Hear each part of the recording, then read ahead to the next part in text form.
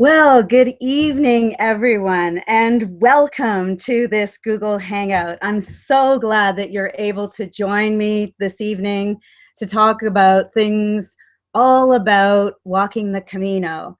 I know there are many people out there who are thinking about walking the Camino, and maybe it's something you want to do one day. You don't even know when or how it's going to happen.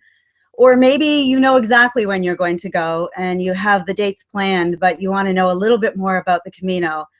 I'm hoping that what I can talk about today will give you some insight into this incredible experience of walking in the footsteps of pilgrims who have walked before you. My name is Sue Kenney, and I'm a pilgrim. I've walked the Camino many times. The first time I walked was in 2001, and I walked in the winter, mostly because it was a timing. I was downsized from my telecom career one day, and I decided to walk the Camino 5 weeks later. So it wasn't like I chose the time of year that I walked the Camino. Although, interestingly enough, after I walked the Camino and sort of, distilled the whole experience, it really became clear to me that the Camino had come to me at just the right time in my life, and that, in fact, that was the perfect time for me to walk. So today, what we want to do is talk about some of the things that maybe are concerning you about the Camino, and some of the questions that you might have, maybe I can help answer. I've also taken 10 groups now on the Camino. So I've seen many people approach me about walking the Camino. Sometimes they're nervous, sometimes they're excited. For some people, it's something they've wanted to do all their life, and for others, they're doing it on a whim. There's all different reasons for walking. But I've had the honor of being a part of many people's journey and helping them and guiding them along the way just by sharing my own experiences. So I would like to impart some of that onto you. The Camino is a funny thing. People say to me, after you walk the first time or after you've walked your 10th time, is it different? Like when you go, is it the same thing over and over again? And I can tell you firsthand that no two Caminos have been the same. Every single time I walk the Camino, I learn something new. And just when I think I've got it all figured out, the Camino delivers another great lesson to me that I can bring home and work on, because I believe that life is, a journey. Like a pilgrim is on a journey with a destination in mind. Life for me is like being on a journey with a destination in mind. And the destination is to finally get back to the true, authentic person that I am and live that fully in my life. But it's a constant practice, and I'm always learning. So what I'm imparting on you today is what I know of so far, or what I've experienced, but it doesn't mean that it's the right way. It doesn't mean that it's the right answer. It's one Camino, one experience, my experience. And people have many, many different experiences. So the other thing I would just say to you is, when you walk your own Camino, if you decide to go, make sure that you allow yourself the freedom to actually experience your own Camino. It'll be a different time, a different space. We live in an organic world. Everything will have changed. And so you'll have the opportunity to have your own unique experience. But that being said, there are still some things that we like to discuss, things that we like to know, details about planning. And so some of the areas that I'm going to talk about today, we're going to include a little bit about the background of the Camino, why people walked in the past in particular. We're going to talk about what time of year is best. I always get that question. I'm going to talk a little bit about what the path is like and what you can expect. I'll touch on, what to wear, and I'm going to give you 3 simple tips about what to wear. And then I'm going to talk a little bit about barefooting and the idea of using barefooting to help train to walk the Camino. And I'll explain what that's about. For the last 3 group journeys I've taken, I've walked them either barefoot or in very, very thin minimalist shoes when I'm on really rough terrain or my feet are sore. Or sometimes I wear a soleless shoe called bare bottoms, which I'll tell you about a little later on. We'll also just touch on to carry a pack or not to carry a pack. I think that it used to be that pilgrims believed that they had to carry their backpack, and that was absolutely part of the journey. But I'm going to talk about some ideas that I have about that now. I'll touch on what the accommodation is like, just to give you a sense of it. Bathroom facilities, because people always ask me, where do you go to the bathroom? A little bit on Camino etiquette, because we are in a foreign country and we are the guests of that country. So there are just a couple of things that come up over and over again that I'd like to share with you. And then basically we should be finished. You do have the chance to write in, and if you have any questions, you can pose a question, and then I'll try to answer it. And if I can't answer it during the call, then I will definitely put a message up on the event page after the call. So let's start off with the short history of the Camino. People in the past, mostly Roman Catholic pilgrims and people, believed that the remains of St. James the Apostle were buried in Santiago, Spain.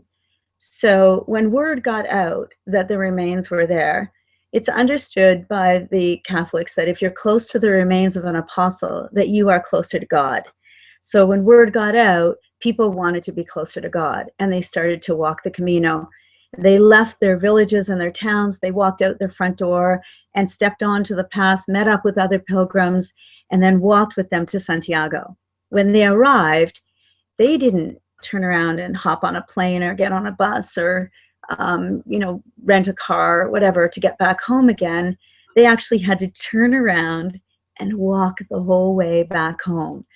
So modern day pilgrims often walk for the same reasons as the pilgrims of the past, for religious reasons, but they also walk for spiritual reasons. Some people walk for absolution or forgiveness. Maybe there's something that's happened in their life and they want to go on the pilgrimage to receive absolution in whatever form that is and whatever they believe.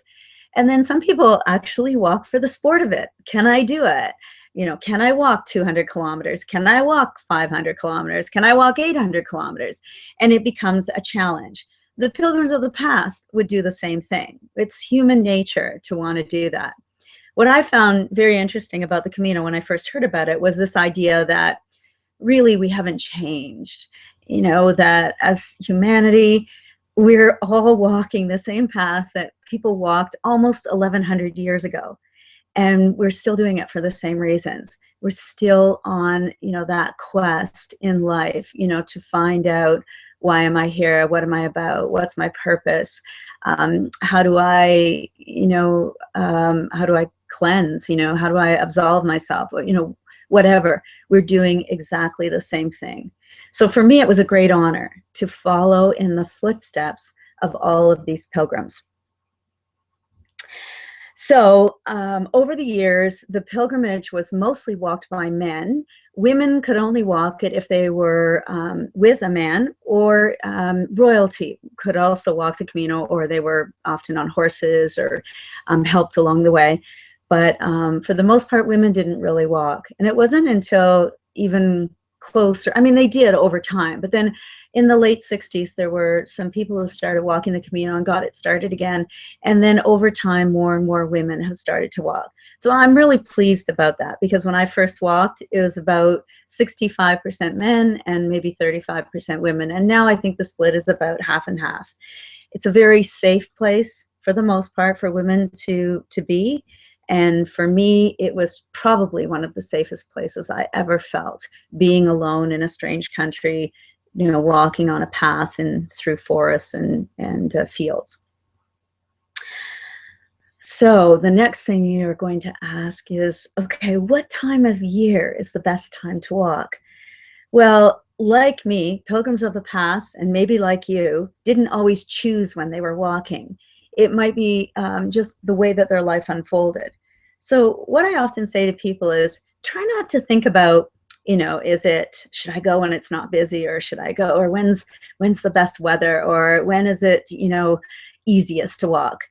I think what I always recommend is that you look at your life and look at who you are. So I'm Canadian and I don't mind winters. So for me to walk in the winter, it wasn't that far outside of, who I am. And the people that I met along the way were very much like me. I met like minds.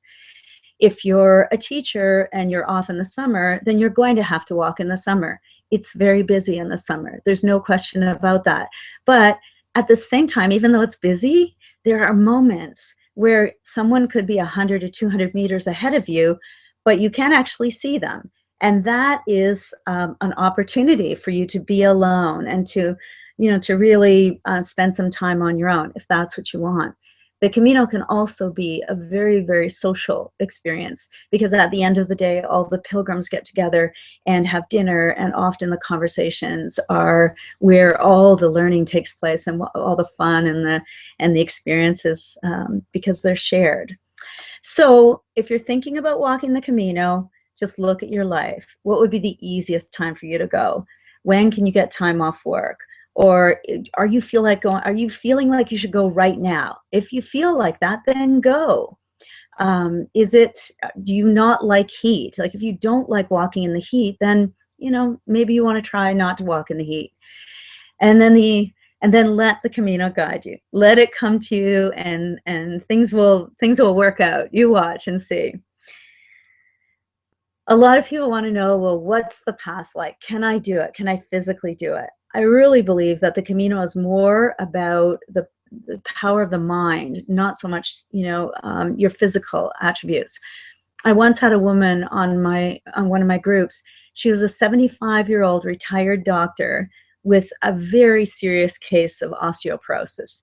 And when she approached me, I was really surprised that she wanted to walk the Camino because I didn't think that she would be able to. But she carried her backpack the whole way, and she became an inspiration for all of the people around her and the people that met her. So don't worry so much if you're not in, athletic physical shape. Walking is very, very natural. It's something that we should be doing all the time because it's so natural for us to do it. And I'm going to talk a little bit about, carrying a backpack. Maybe I'll just talk about it right now because we're on that topic. The thing is, if you carry a backpack, then often whatever you put in your backpack symbolizes your life. Not at first. When you're packing your backpack, you're not thinking about that. But by the end of the Camino, you're thinking about, oh my gosh, I have a really heavy backpack, and the idea is to try and lighten the load and really be free and allow yourself to experience and enjoy the Camino. At one time, I would always say to people, oh, you have to carry a backpack. That's what the Camino is all about. And then I read about, pilgrims of old. They carried a staff with a gourd maybe, and maybe one change of clothes, maybe not. And they did perfectly fine without a backpack. It's only the modern day pilgrim who wants to take absolutely everything just in case. So the Camino is a great opportunity for you to not worry so much about what might happen, and instead learn to trust in humanity, trust that if something happens, there will be somebody there who can help you. And in your backpack, you don't have to have absolutely everything. Just take the bare necessities. Now on the Camino, just about everywhere along the way, you can get a taxi service, like a backpack service that takes your pack to your next location.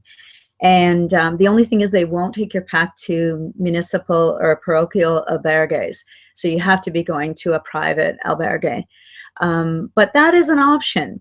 And I found that many people who maybe wouldn't have walked the Camino before because of their physical ability to carry a backpack and walk 20 or 25 kilometers a day just meant that they couldn't do it.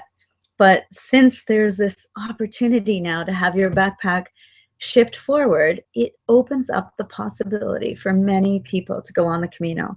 And if you're one of those people, then I think you should be free to do whatever is best for you. And as a pilgrim, it's really important not to judge others. And that's one area where often pilgrims get judged. What to wear? Oh my goodness. Okay, I'm going to give you 3 tips about what to wear.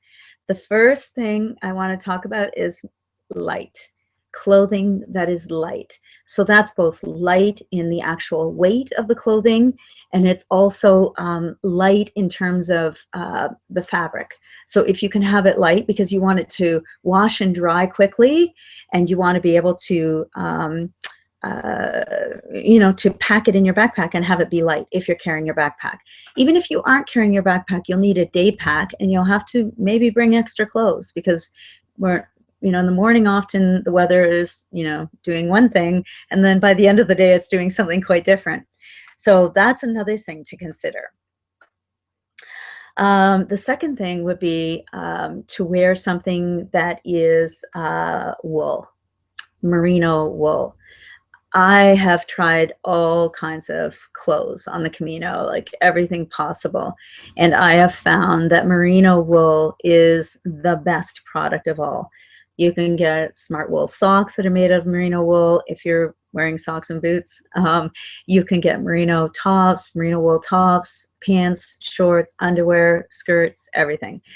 It's a little expensive, I must say, but the last time I walked the Camino, I did a little test to see how this merino wool really held up. And I noticed that when you wear it, you don't get body odor. And at the end of the day, when you take your top off, for example, just shake it, like literally shake it out. You could hang it up on the line without washing it, or you can just lay it over the end of your bunk bed. And by the next morning, there is no scent at all. The merino wool acts as antibacterial, and any smell will go away.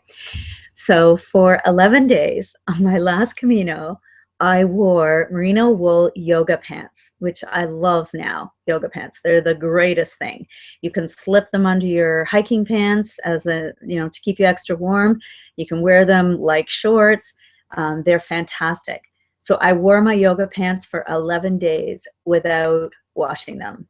And you know what? At the end of the 11 days, you wouldn't have known it. I can guarantee you. I could have kept wearing them, but I just couldn't bring myself to do it any longer, and I washed them. So that's how good merino wool clothes are. You will find that there's lots of laundry facilities, and it's not going to be an issue finding places to wash your clothes, whether it's washing them by hand or in a washing machine or a dryer. But still, depending on where you are, what path you're on, depending on the time of year. When I walked in the winter, for example, there were many times I couldn't do laundry because I arrived and it was dark already, so there was no sunlight to dry the clothes. Often on the Camino, they will put the heat on in the albergues for like the first couple of hours, say from 7 to 9. And then to save money and to, conserve energy as well, they turn the heat off because you don't really need it at night. You're warm in your sleeping bag. So that became a bit of a problem when you're trying to wash your clothes. And I just have to stop for a minute because for some reason I don't have the cute questions. Oh, okay, they're coming up. All right, if anybody has a question, please submit it now, and I can answer it for you. So the third tip about clothing is to think about layering. So not so much, this tip isn't so much related to the clothing, what type of clothing to bring, but rather think about clothing that you can layer. So in the morning, often it's cool on the Camino. Even in May or June, it can be really cool.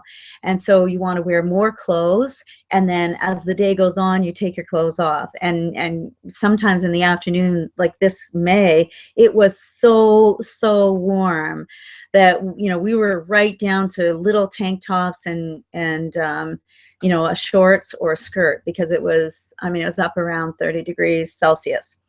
And so depending on what the weather's like, or if it's very wet, you want to, again, be able to layer on and then layer off, so that you can get your wet clothes off and maybe still have something dry underneath. Not always, but maybe. Yeah, so clothing is always interesting. I also want to give a tip to people about like technical clothing. You know, a lot of people, and I know I really like high-tech clothing because I've been an athlete all my life. So I know the difference that really good technical clothing, you know, can do for a sport. And so again, for walking, you know, it can make life really, really comfortable. But if it's not in your budget to spend $100 on a top, then you can go to, you know, other stores, like even you know, Joe Fresh or Target, or, you know, shops like that.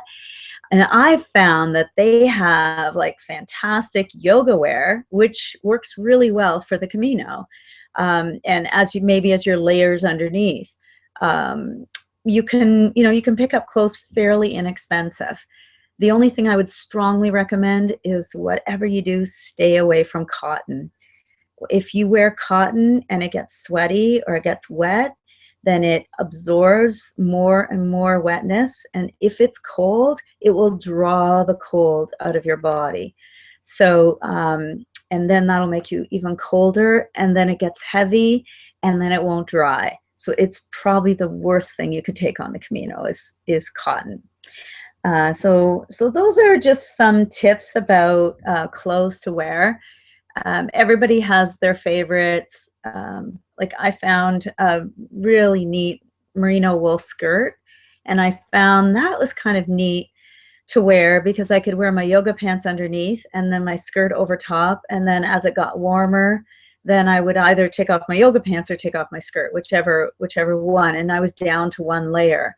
And it can be just a lot of fun, you know, something fun to wear at night, because when we go for dinner, it's kind of nice to get out of your, you know, pilgrim attire and maybe put something fun on.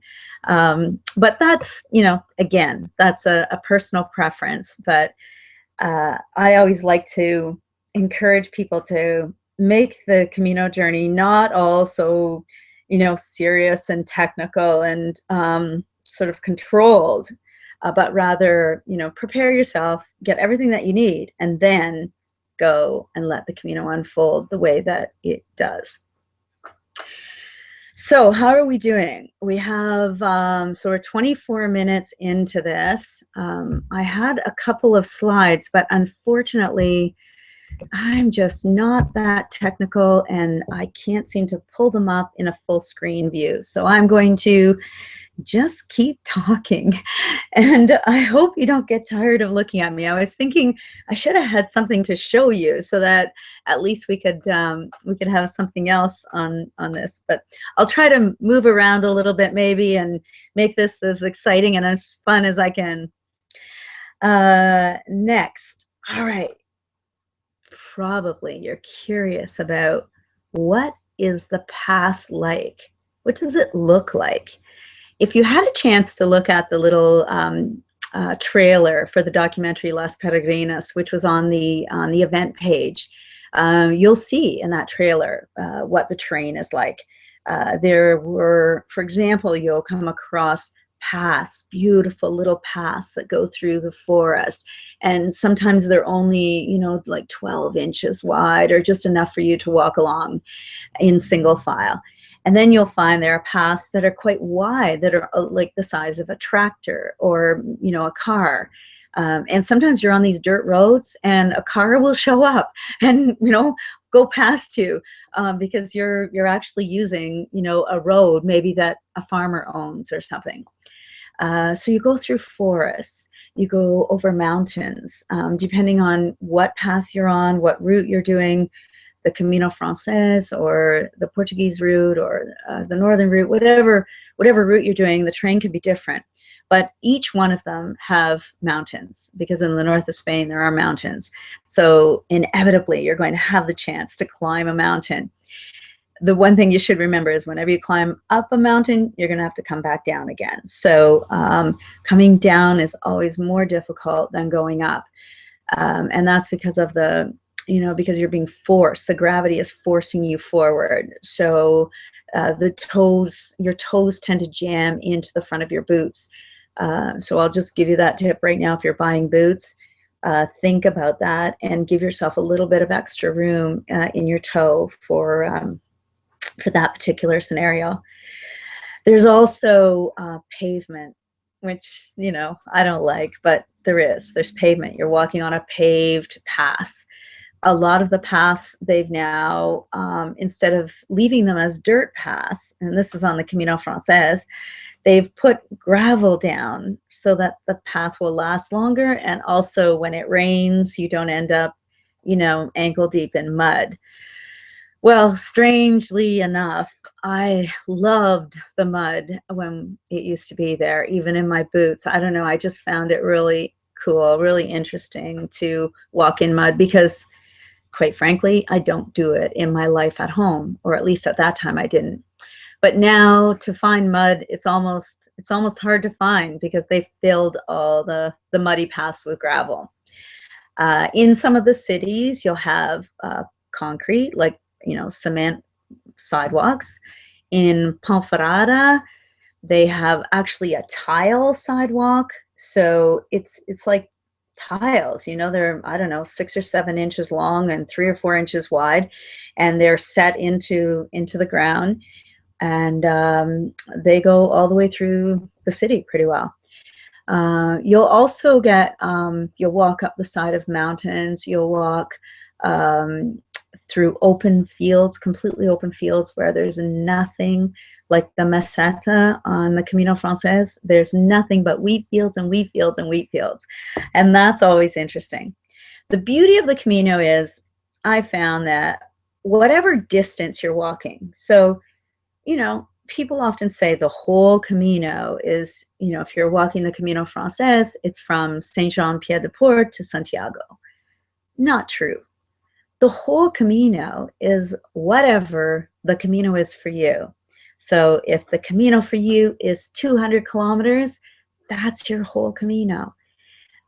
You only have to walk 100 kilometers, the last 100 kilometers, to get the Compostela, which entitles you to, being written into the history books forevermore. And you receive the certificate that says you are a pilgrim, and that's only 100 kilometers. So, try not to judge yourself or judge other pilgrims on how far they've walked or how many times they've walked the Camino. It doesn't really mean anything. It is their journey. It's not yours. So, be more in tune with what your journey is. And then the Camino will deliver to you what you need. There's a saying, which I think I've said before many times actually, that you don't walk the Camino walks you.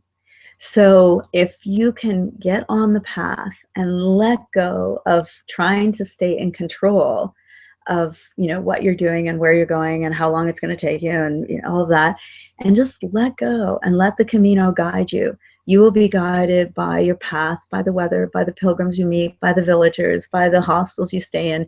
You'll be guided in every way you need to be. And your journey can unfold organically. So that's a little bit of an idea of what the path is like. I'm just going to give you one more tip, which I think is really, really important. If there's any time that you can get off pavement or get off concrete and go on the side of the road where there's dirt or grass or something, and even if it's really uneven, it's actually better if it's uneven, go and walk on the side. One, it'll help avoid tendinitis. And the second thing is, it will use the small muscles in your ankles and strengthen them and take some of the pressure off of the big muscles that have been working so hard trying to get you along the Camino. So I picked up this tidbit of information from Dino the Greek, who I write about in my book. And he used to be with the army in Greece, and he said that's what they used to do. And I followed his advice on my first Camino, and it was one of the best things I could have done, and I continue to do it on every Camino that I walk. Okay, so what's next? Well, I think we'll talk about the accommodation and the bathroom facilities and Camino etiquette. And then I'm going to come back to one of my favorite topics, which is talking about barefooting. I hope that works for everybody. Now, I don't see any questions. So if you have a question, feel free to ask it. And if you don't, that's fine too. Maybe I'm covering what you're looking for. But I just want to extend that opportunity to you again. All right, so let's talk about accommodations. So on the Camino, there are several types of accommodations. There are municipal albergues, which I mentioned earlier. They are basically buildings. Some of them are old buildings that have been renovated, and some of them have been built new. And they're basically a great big huge room. Sometimes they're divided into smaller rooms, but it's a room filled with bunk beds. Yes. So if you haven't slept in a bunk bed for a few years, this is your chance to go back to your childhood and relive it. And that's why you need a sleeping bag with you, so that you can open up your sleeping bag and lay it on the bunk bed and claim that as your space. So they often have like communal washrooms. Most of them are men and women separated, but there are a few still where they're co-ed or unisex, whatever. And so what happens though is you might have 40 or 50 people sleeping in one room or in two rooms, and then maybe 5 or 6 washrooms or 5 or 6 showers. So what that means is you have to, as soon as you get to the albergue, you want to have your shower as quickly as you can. And we're going to talk about Camino etiquette a little further on, but I'll mention this now. It's really important not to take a long time in the shower. You can't have like a nice long, hot shower like you would have at home, because what happens is you can end up using up all the hot water. And then what that means is that somebody else can't have a shower. So it's something that we never think about in our first world way of living, but on the Camino we have to be more considerate and think about other pilgrims. The other accommodation is parochial. So that means that the churches have usually attached to the church or in the church a place where they take in pilgrims. Often, well, often, I think always, it's by donation. So you just pay whatever you can pay. The municipal albergues are around €5, I think, is the average price. And then there are private albergues, and they're really quite beautiful, some of them. They're, again, older buildings that have been renovated. The people who run them are often so passionate about helping pilgrims and being a part of their journey that they are, working day and night. And, often what they're charging for these rooms is so little that a lot of the work that they do is like volunteer work. It becomes life work. It's a passion, and it's something that they do. And there are many characters along the Camino, people who walk the Camino and then decided to go back and open up their own albergue and give back to the pilgrims who are walking the way. There are also hotels. They're a little bit different than our hotels here. Often the washroom can be outside of the room and you share it. There are some private washrooms, but it's not as common as what we have in North America in particular. What else is there? Some pilgrims will camp out in the summer. You can do that in most locations, like not on private property, but around the albergues. I think it's okay to do that. And what else would there be? Yeah, there's pensions. Like again, little rural houses, you know, where people have opened up their house to bringing pilgrims in, that type of thing. There are many, many more options today than there was in 2001, I can tell you that. But again, it depends on where you are on the Camino. Like the Portuguese Camino at the very south end doesn't have a lot of selection, although they have, you know, places for pilgrims to stay. And the northern route is becoming more and more popular, and there are more places to stay now, but it's still, you know, not quite as well suited as the Camino Frances. That's the most popular route.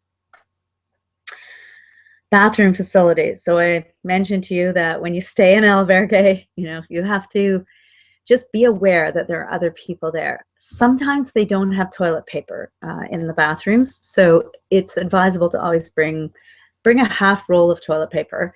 Or if you go to, like in Canada, like a mountain equipment co-op store, they have small rolls of toilet paper in a little plastic holder that you can actually pull the paper out and pull it off, and it's protected. So I would recommend you always have that with you. Also, people are worried that along the way they're going to have to stop and go to the bathroom. And I guess, you know, that could happen. There's a possibility. But, you know, it's like the old campers rules. You know, you don't, you leave everything, you know, the way it was when you arrived. So, you know, again, it's proper etiquette, you know, not to leave toilet paper, you know, exposed. If you have to go to the bathroom along the way, then, you know, cover up the toilet paper. It doesn't take much to find some leaves or some dirt and cover it up. And at least that way it can decompose and, you know, not make a mess. Or, you know, pick it up, put it in a plastic bag, carry it with you, and then dispose of it. But again, you know, use common sense and remember that we are guests in Spain. We are guests of the country. So, you know, we want to honor and take care of their country because they're letting us stay there. They're letting us use their path. There's no charge to use the Camino. It's free. You just show up and it's there for you. It's incredible, actually, when you think about it. So before we talk about barefooting, the last thing is Camino etiquette. I mentioned a couple of things about the showers and about toilet paper, leaving a mess, and that goes for garbage. You know, don't litter. It's basic common sense. Don't litter. It's, you know, it's common sense, but also it's so disrespectful. And it makes the Camino path look really bad when there's garbage. I always have a bag with me, and I'm always picking up garbage when I walk along the way. So if you're like me, take an extra bag every day and then just pick up the garbage and dispose of it when you get to a village or a town. Another thing to think about is that when you go into a restaurant, or often they're called tabernas in Spain, you could sit down, you could order a café con leche at the bar, take it with you, sit down or stand at the bar, and honestly, you could stay there all morning and nobody would care. They would not come to you and offer you a bill and ask you to leave. They would just like let you stay as long as you want to stay. So we're not used to that. And sometimes what I found with the people that I took on my group journeys was that they were actually more uncomfortable about not having the bill. And so, you know, it's one of those things where, you know, people would say, well, where's the bill? Why aren't they bringing the bill? Well, they won't bring the bill. It's not the way we do it at home. So again, just be aware of customs and the way that people work there.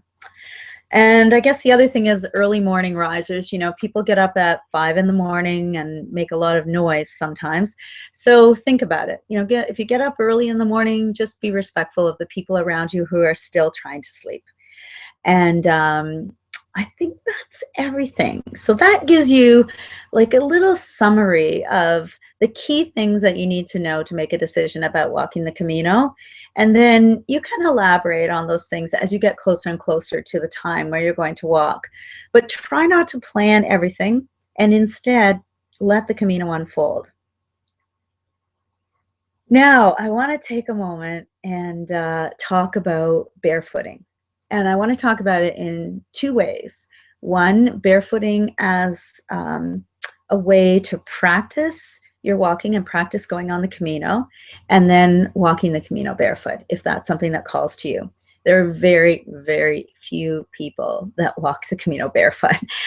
The last 3 groups I took over the last 3 years, I walked barefoot each time, and I know firsthand. In fact, in May, I didn't meet anyone who was barefoot, except a couple of 3 of my pilgrims in the group ended up going barefoot a little bit in the forest just to try it out. But what barefooting is really great for is training. And the reason I say that is that, you know, it's so easy to integrate it into your life, believe it or not. So first of all, let me explain to you very simply how the proprioception, or the sensory feedback that we have on the soles of our feet, how that works to manage our body. This is a very, very important piece of information. We have 7,000 sensory nerve endings on the bottom of each foot. Those nerve endings have a job. They're supposed to tell the rest of our body what the temperature is, what the terrain is, is there moisture, is there humidity, is it slippery, is it hard, is it soft, is it cushiony, is it jarry, I don't know, like jagged is what I meant to say. Is it jagged?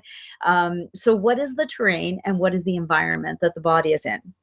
And then those messages go from the soles of our feet to our brain and through our central nervous system, send a message out to all the organs, all of the blood, every part of our body, to help it to adapt to that environment. So the best example that I love to give is after I started barefooting, I started it was around August, or end of July, August. So when fall came, I thought, oh, well, I guess when the snow comes, I'm going to have to stop barefooting. That's all there is to it. You can't barefoot in the snow. But then the snow came, and I went out in the snow. And it was that winter that I read on one of the barefoot forums that, in fact, the body, you know, my sensory nerve endings were identifying to my body, to every part of my body through my brain and central nervous system, that it was cold. So it was so cold when I stood on the snow that the message went right away. And so apparently, and this is a very non-technical description of what happens, first of all, your brain will go to the main organs and make sure that they are warm and they have enough oxygen.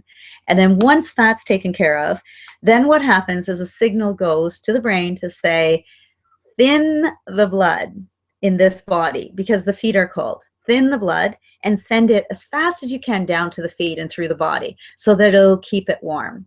And then my feet actually, they didn't warm up, but they didn't get colder. I mean, I could stand in the snow. So that was the first lesson about how it works. And over time, I then developed a layer of fat, and then the fat would actually puff up in the snow, and it would lift me off the snow and keep my feet warmer. And I mean, it just goes on and on and on. But you don't need to know all that. What you need to know is that those sensory nerve endings need to be exposed in order for them to work. If you wear shoes all the time and boots all the time, the message that you're sending to your brain is, oh, it's hot and sweaty in here. Or if you have sandals on, fine. But it says, and it's one, you know, it's a flat bottom. We're on a flat bottom. So the body thinks it's going to adapt to a flat environment. So it's not going to be ready to, you know, if you go off balance, the body isn't going to be ready to adapt to that because it doesn't know that it's an uneven ground. It thinks it's flat. So once you start going barefoot, then these nerve endings will start to work better and better and better, and they will help you to do several things. Namely, 1, you will have better balance. It's absolutely proven. You will have better balance because now the sensory nerve endings know exactly where the body is going because it can feel it, and then it adapts to that and reacts and straightens you out. You're going to be stronger. So not just your feet. Of course, your feet muscles are going to get stronger. That's just a given. Your arches will probably, your metatarsals will probably strengthen and pull up again, like over time. This would take a fair bit of time, but they would get stronger and become again more spring-like because they're supposed to be springs. If you're wearing shoes with a flat bottom, then your metatarsals are not acting like a spring. They're flat, they're just moving back and forth. But what they're supposed to do is actually spring up and push you forward. So you're going to have stronger muscles. Your alignment is going to be better. So for example, when you're wearing shoes, let's say you even have just half an inch of a heel on your shoe. What it means is that your whole body is tilted forward half an inch and everything is forward. If you take your shoes off and drop your heels down, then you engage your core body and your body becomes aligned. And so in an aligned state, you're always going to be stronger and better off. So you're going to be have better balance, you're going to be stronger, you're going to have better alignment so that your body works at an optimum level. And there's one other thing, strength, flexibility. You'll be more flexible. So because you're using all those muscles in your feet to be flexible. So how does this relate to the Camino, you're asking? Well, when you're on the Camino and you're boot, your foot doesn't move, your muscles aren't working. Well, they're working a little bit, but they're not working. You're not getting any flexibility. Your foot is being held in one spot. And when you walk for such a long time in a stationary position, it's going to start to wear on your body. So what you want to do is strengthen your feet so that you can last longer if you want in boots. Or if you choose to take your boots off the odd time and walk barefoot, then you can do that. So here's what you can do. Go barefoot at home. Never, never, never wear shoes at home.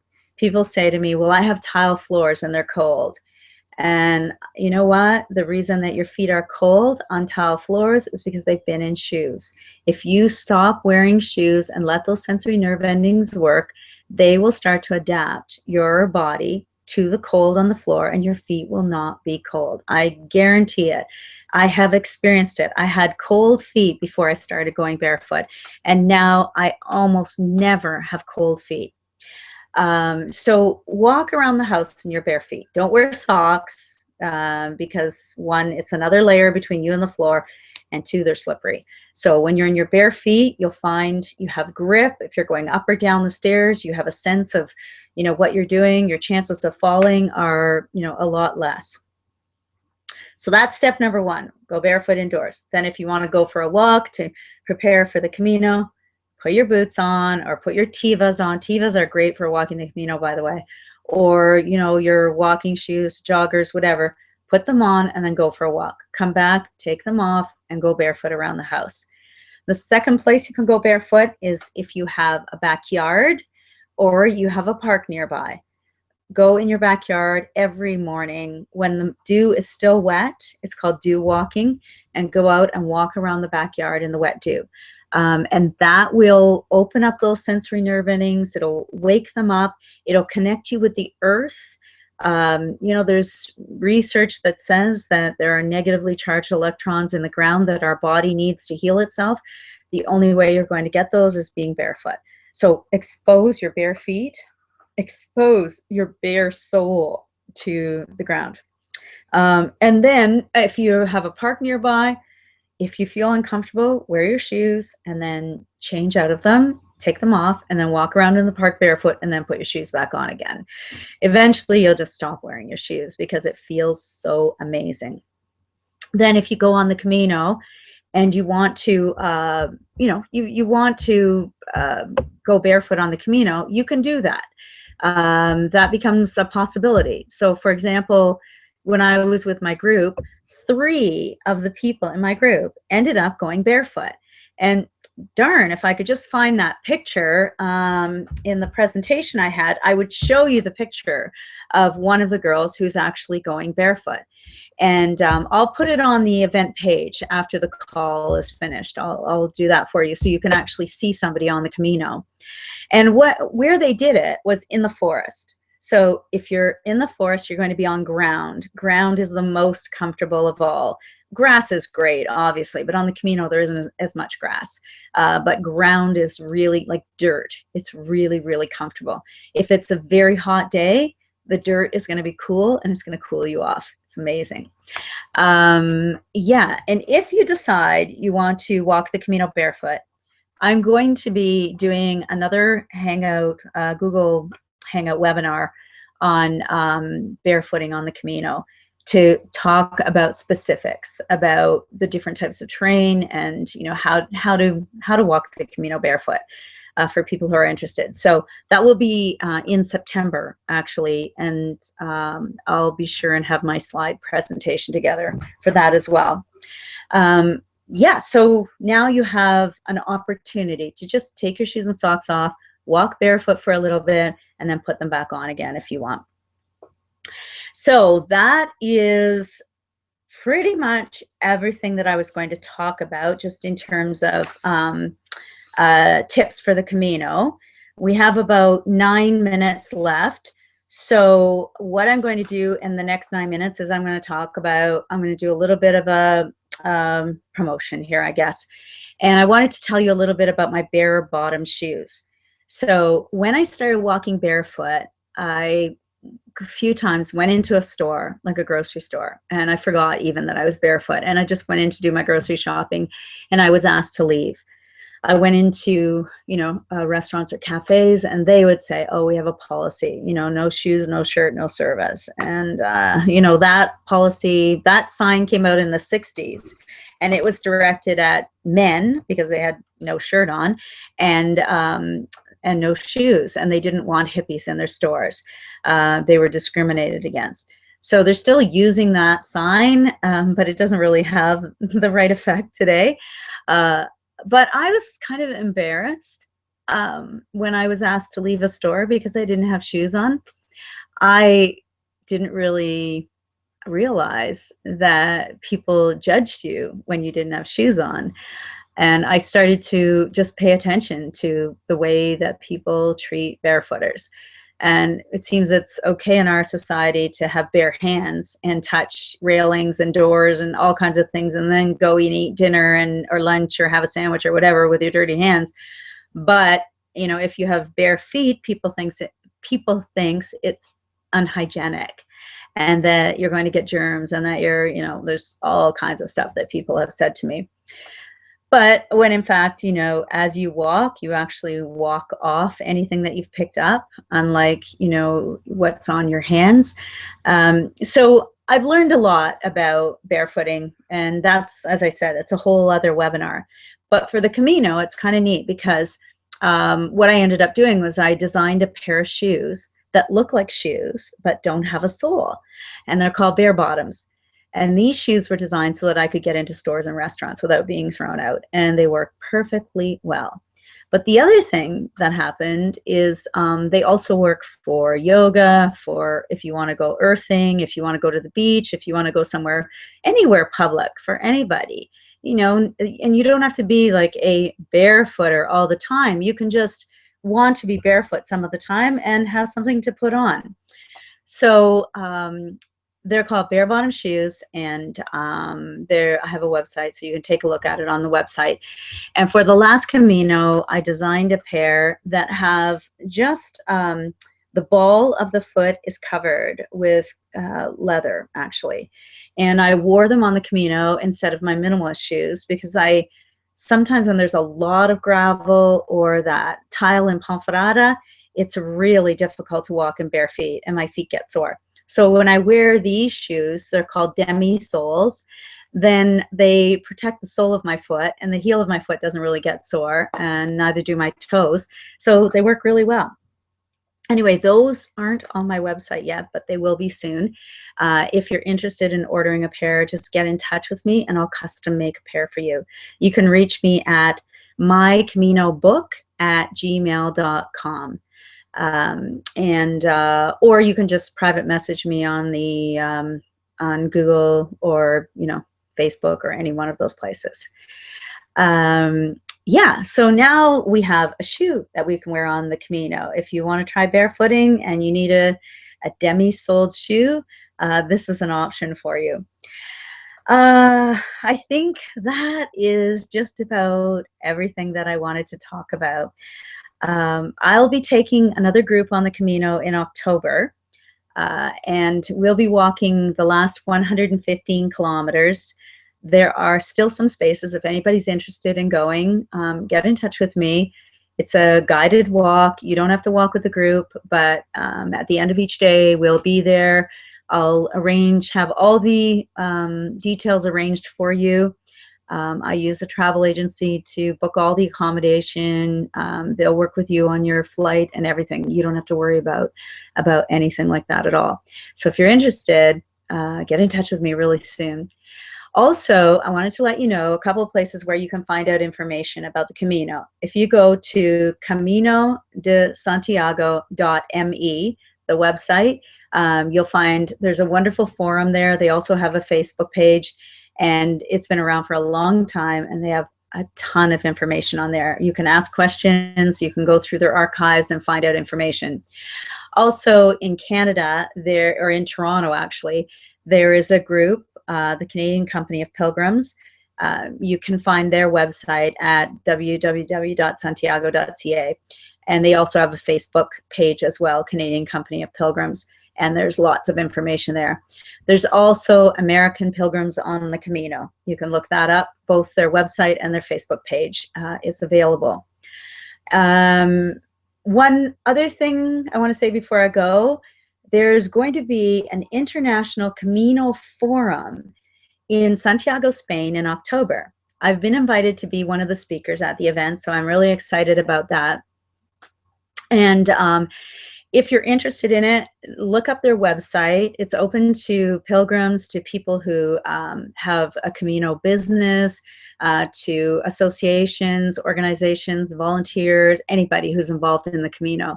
So just look up fairwaysantiago.com and you can find out all about it. So that's everything. From the bottom of my heart, I wish you a buen camino in life, and also a buen camino if you decide to walk the Camino. If I can help you in any way at all, just message me, get in touch with me. I get lots of people who write to me and ask me questions, and I'm always honored and pleased to be able to help people go on the Camino. It's one way that I can give back to the path that gave so much to me. So on that note, I will let you go, and buen camino. Thank you so much for being a part of tonight's webinar.